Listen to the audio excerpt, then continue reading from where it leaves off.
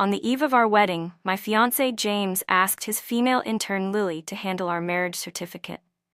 But when the paperwork came back, the bride's name on it was Lily's. James glanced at it casually and said, "Oh, Lily must have carelessly messed up the registration. We'll just redo it another day." I couldn't believe it. A careless mistake, just brushed off so lightly, had ruined the most important event of my life. Still, I didn't cry or throw a fit. I kept quietly preparing for the wedding. On the day of the ceremony, James looked at the grooms standing on stage exchanging rings with me, and his face went pale. "Didn't I tell you to redo the marriage certificate? You didn't?" he asked. I put on an expression of regret. "It's all my fault for carelessly choosing the wrong groom.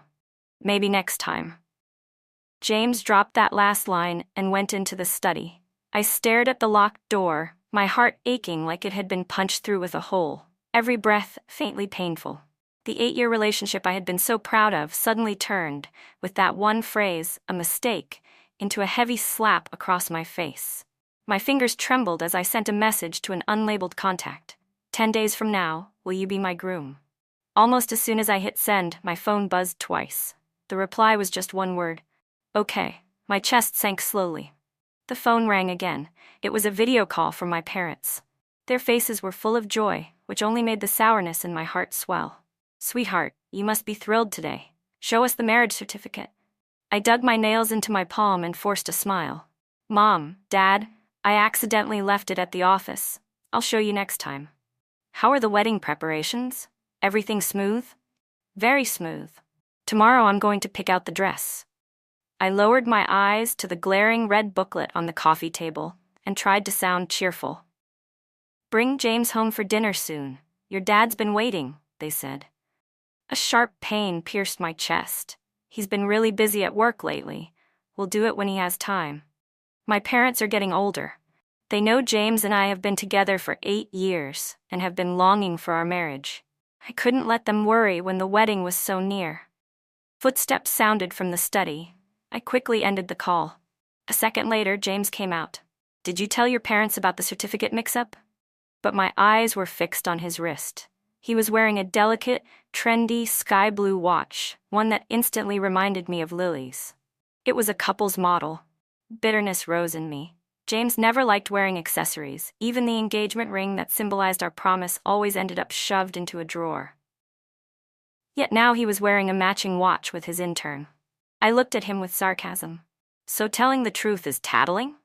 His face darkened. "Emily, haven't you made enough fuss? Do you want to get married that badly?" A sharp pain stabbed through me. "Fuss?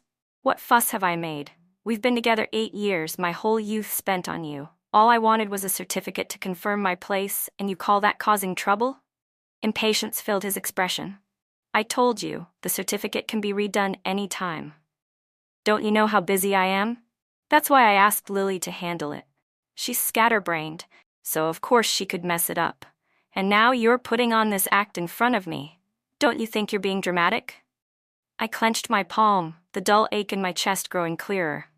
Ever since Lily came to the company, James had been finding more and more faults in me. "Emily, eat less, you've been gaining weight."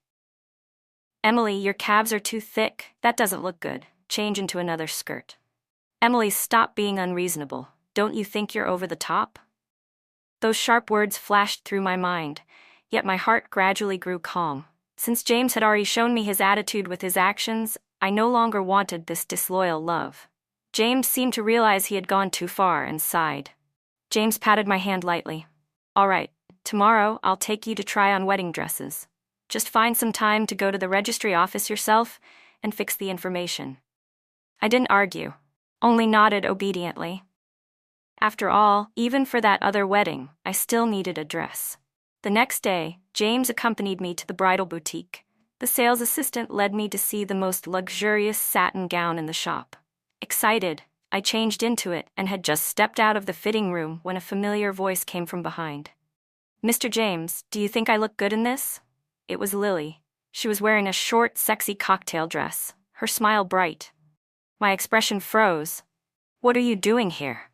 Lily spun around playfully. "Oh, didn't James tell you? I'm going to be your bridesmaid at the wedding." Her smile was sweet, her eyes drifting deliberately over the gown on my body. "This dress looks too plain, doesn't it? I don't think it can really hold up to a grand wedding." That familiar wave of nausea rose in my stomach. I turned to James, waiting for him to explain. But he only nodded calmly. She insisted on joining in. Because of the mistake with the certificate, she felt guilty. So she offered to be our bridesmaid as an apology. I agreed. In that moment, I felt the whole thing was absurd. Lily had ruined my marriage certificate, and her way of apologizing was to flaunt her closeness with my fiancé, standing right in front of me as she volunteered to be part of my wedding. Exhaustion weighed on me, and I no longer had the energy to argue. I turned to the sales assistant and said quietly, "I'll take this one. Please help me change out of it. I need to use the restroom." Cold water rushed over my fingers as I steadied myself at the sink. Staring at the mirror, I took a deep breath. No matter how close the wedding date was, I told myself there was no need to burn with anger over someone irrelevant. I pulled my emotions back under control and returned toward the fitting area, only to suddenly stop dead in my tracks. The satin wedding gown I had just tried on was now on Lily. She stood before the mirror inside the fitting room, the door slightly ajar. Through the crack, I saw James standing behind her, one arm wrapped around her waist in an intimate posture. "Mr. James, look at me wearing the dress your fiancé picked out. How does it look?" Lily preened in the mirror, her voice syrupy sweet. James's eyes reflected in the glass, burned with undisguised heat. "You look better in it," he murmured, his fingers sliding lightly along her exposed collarbone. Through the mirror, Lily cast me a proud, sidelong glance, like a cat showing off its prize. "James, don't you worry your fiancé will find out and refuse to marry you?" she teased. James's curved coldly. "She wouldn't dare. An older woman who's been with me 8 years, who else would want her now? If anything, she'd cry and beg me to marry her. Leaving me is out of the question." My fingers curled tight as I stepped forward with a blank face and shoved the fitting room door wide open. James stumbled back a step, a flicker of unease flashing across his expression before he smoothed it over with his usual composure. "You're back." Lily was just being childish, wanting to try on the dress you had on earlier. I was helping her with the zipper. I averted my eyes, unwilling to look at the gown again. "I'm a little hungry, let's go eat." Halfway down the road, James's phone rang. He glanced at the screen, then turned to me. "Something's come up at work. I can't take you to that French restaurant anymore. I'll drop you home first." "There's no need. Let me out at the next intersection," I said evenly, gazing out the window. "I want to walk a bit." I got out and stood alone in the bustling street. On impulse, I flagged down a taxi and gave the driver the name of that French restaurant. Just before I closed the door, I caught a glimpse of James's phone screen. The message lighting it up had come from Lily. "Right now, I'm wearing that wedding dress. Don't you want to test yourself, Mr. James?" Even though I already knew the answer, I still went to the French restaurant. Standing in the shadows across the street, it was easy to spot the familiar private room upstairs through its floor-to-ceiling window. James had Lily pressed against the glass, his hand gripping her wrist tightly. The tables inside were set with white tablecloths, candlelight flickering. Lily's eyes were hazy, her face flushed. The moment her gaze caught mine through the glass, a proud smirk flickered at the corner of her lips. And she was wearing the very wedding gown I had just tried on. So this was the work emergency he had mentioned. That French restaurant was the place James and I had gone every year on our anniversary. Clean, romantic, elegant. But now, both that restaurant and that gown felt filthy to me, and so did James. The night wind swept fallen leaves across the pavement, the temperature dropping. I pulled my coat tighter and turned away, walking deeper into the dark. That night, James didn't come home. All he left was a perfunctory text about working late. The next morning I went alone to the hotel to confirm the wedding banquet menu. By the time I arrived, James was already there, but sitting next to him was Lily, smiling as brightly as a flower. He pointed at the menu, leaning toward her. "I remember you love this steamed grouper and this crispy roast pigeon." His tone was warm, listing Lily's preferences one by one. "No cilantro, hates ginger, allergic to shrimp." The waiter scribbled notes quickly while my heart went ice cold. When James turned to the mushroom soup, he tapped the picture. This one looks good too. The broth seems fresh, you'd probably like it as well. I couldn't hold back anymore. My face cold, I stepped forward. James, I'm allergic to mushrooms. He lifted his head, meeting my eyes without a flicker of guilt. Lily immediately jumped in to smooth things over. Of course, James remembers you're allergic. He just wanted everyone to enjoy the meal. You can just skip that dish when the time comes. How ridiculous. This was supposed to be my wedding banquet. Just then, James's phone rang. He stood quickly. I'll step out to take this call. He rushed out of the hall, and the waiter slipped away too, leaving only Lily and me in the private room. Her innocent smile vanished. Slowly, she poured herself a cup of tea, raising it but not drinking. Emily, she said softly, her voice lowered so only I could hear. James remembers perfectly well that I'm allergic to shrimp, but somehow he forgot you're allergic to mushrooms. A quiet laugh escaped her lips, laced with cutting mockery. That wedding dress. James got a little too passionate with me at the restaurant yesterday and ruined it by accident. Are you sure you still want to go through with this humiliating wedding? As she spoke, without warning, she suddenly lifted the cup of scalding tea and flung it against her own chest. A piercing scream tore through the air. Hot liquid soaked her blouse, steam rising, her pale skin blotched red from the burn. I didn't even lift my eyelids. This woman was ruthless enough to harm herself. The banquet hall doors burst open. James rushed in, panic etched across his face. Emily, are you insane? He yanked off his jacket and draped it gently over Lily's shoulders, his hands tender as he examined her injury. Lily, are you okay? Does it hurt? Then he spun toward me, eyes sharp enough to cut. Have you lost your mind? Just because I ordered one dish you didn't like, you hurt Lily? The woman I'm going to marry isn't someone so vicious. So he did know what I disliked. In his arms, Lily trembled, her voice choked with sobs. James, don't blame Emily, it was my fault. I didn't hold the cup steady. James snapped at me, his voice harsh. Emily, apologize to Lily right now, or tomorrow's wedding, you'll be attending it alone. Through it all, I didn't say a single word. I just watched silently as Lily continued her act. When my eyes fell on James's face, so familiar yet suddenly so foreign, I felt nothing but calm. Then I stood up, poured myself a fresh cup of hot tea, and without hesitation flung it directly into Lily's face. Now see clearly, this time it really was me. Her piercing scream rang out, but I showed no expression, let the cup fall from my hand, and turned to leave. James hadn't expected such a reaction from me. He even forgot to stop me. From start to finish, I never looked back. When I returned to the villa, only darkness greeted me. This place I had once called home felt like nothing more than a cold grave. I didn't turn on the lights. Instead, I walked straight toward James's study. Ever since Lily entered the company, he had never allowed me to set foot in there again.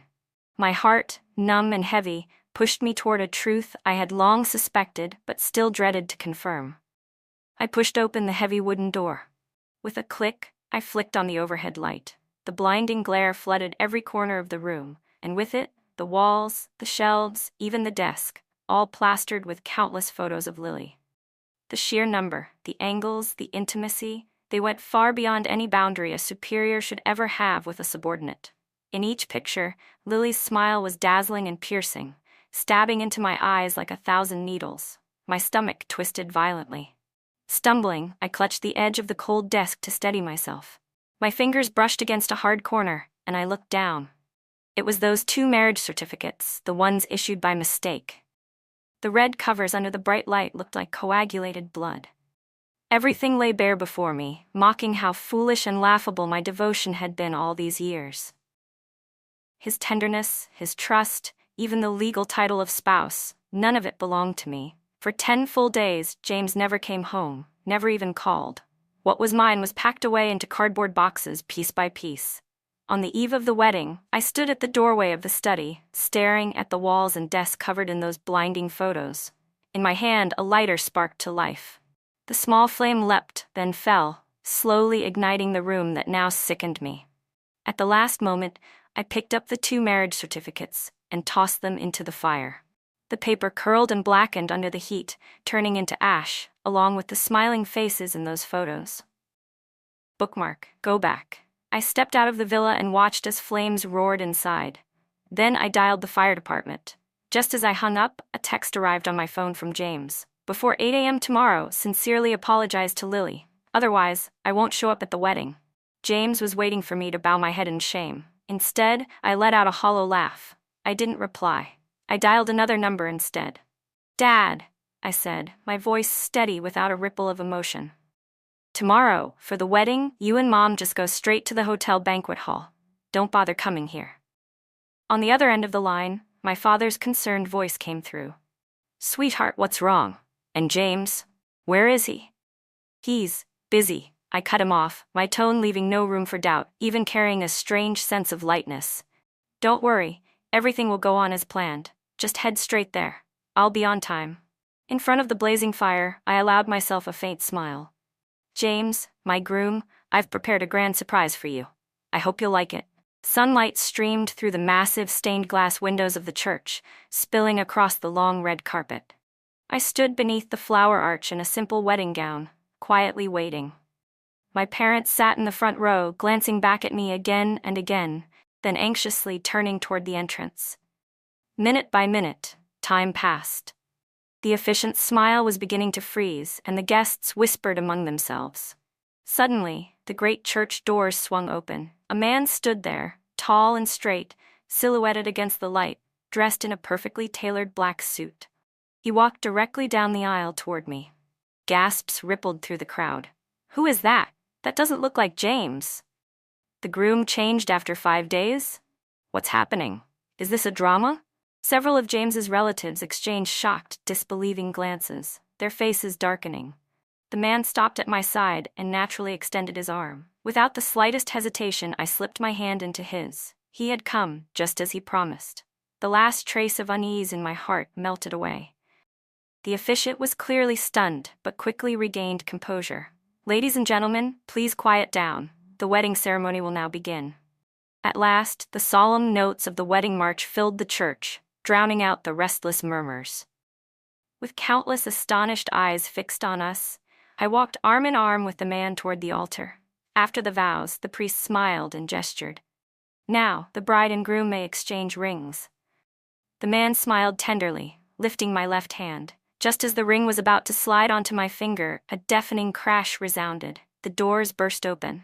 James stumbled inside, hair disheveled, his expensive suit jacket gone, his white shirt wrinkled and half unbuttoned. The disbelief in the air reached its peak. Even the air itself felt frozen. James staggered forward, his eyes bloodshot. Emily, who is this man? Why is he here? Didn't I tell you to redo the marriage certificate? You didn't go? His voice thundered through the church. I turned my head, wearing an expression of innocent regret. Slowly, deliberately, I said, "Oh dear, it's all my fault. I carelessly chose the wrong groom. Maybe next time?" James was eventually dragged out by security guards. Afterward, the Yates family's driver sent us to a penthouse apartment downtown. When I stepped inside, exhaustion flooded over me. Behind me came the soft click of the door locking. My back still turned to him. My voice rough, I asked, "Mr. Yates, your family's been fighting James's company over East Harbor recently, right? So the reason you agreed to be my groom was because the knife I handed you happened to cut right into James's heart? Was that exactly what you wanted?" I slowly turned to face him, meeting his fathomless dark eyes. Ethan Yates suddenly let out a low laugh. In one swift motion, his arm clamped tightly around my waist, pulling me against him with irresistible force. Does the reason matter? His fingers tilted my chin up, forcing me to meet his gaze. Now the whole world knows you're Mrs. Yates. His eyes burned with a heat so tangible it seemed to fill the air. My breathing faltered, my heart thundered wildly in my chest.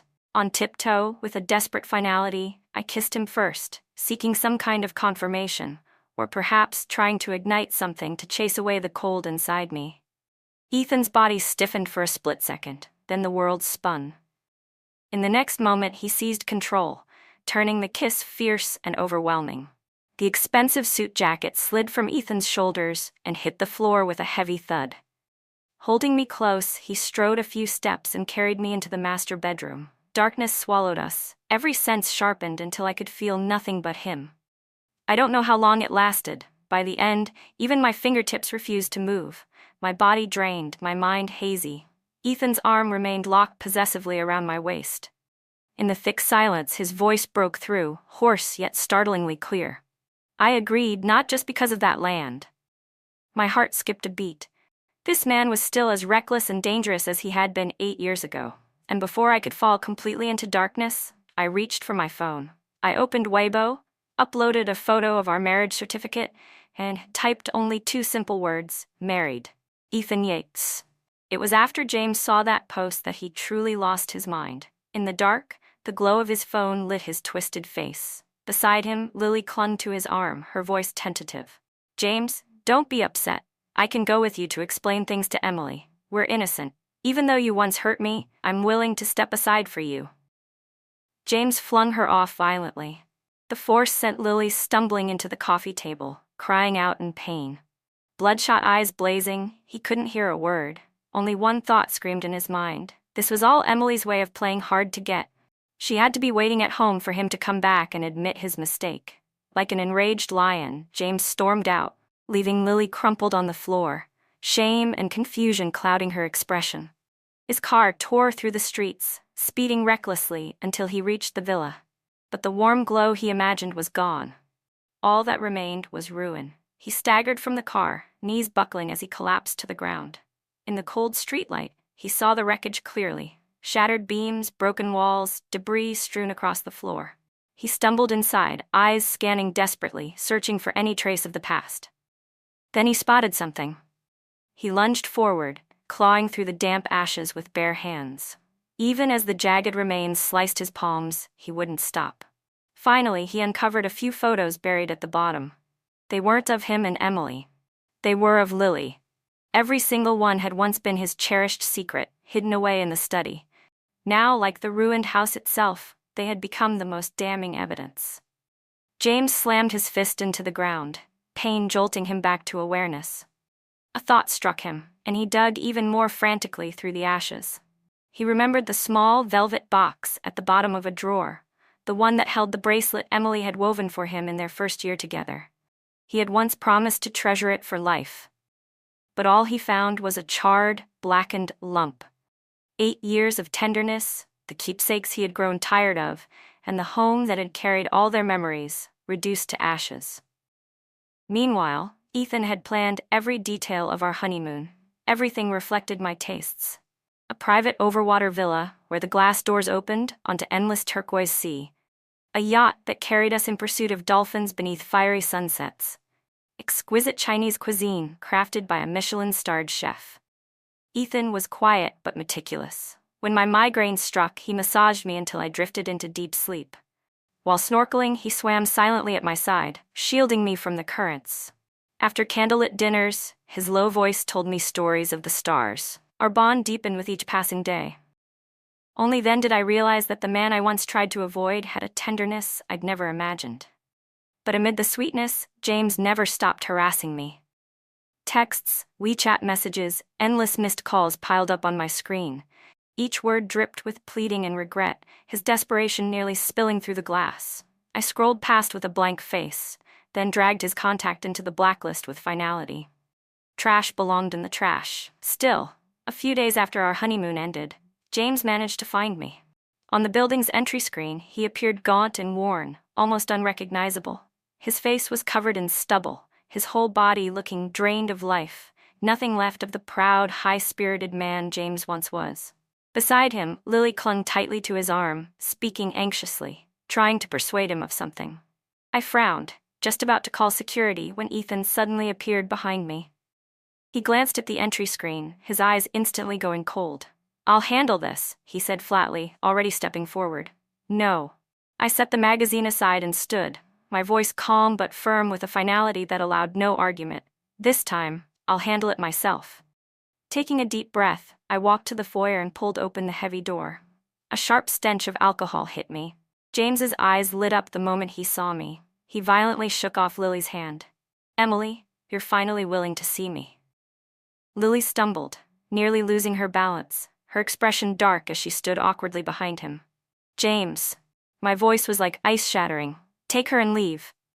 "I won't." He clung to the doorframe like a drowning man clutching a lifeline, his knuckles turning white with the force. "Emily, please, give me one more chance. I can't live without you.